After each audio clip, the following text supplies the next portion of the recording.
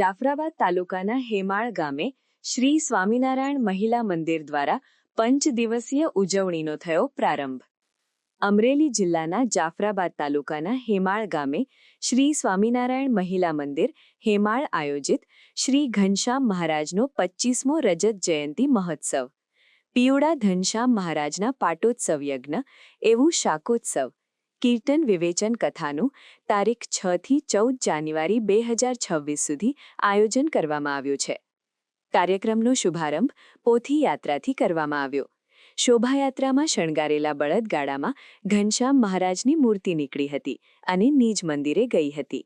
શોભાયાત્રામાં હરિભક્તો ડીજેના તાલે રાસ રમ્યા હતા.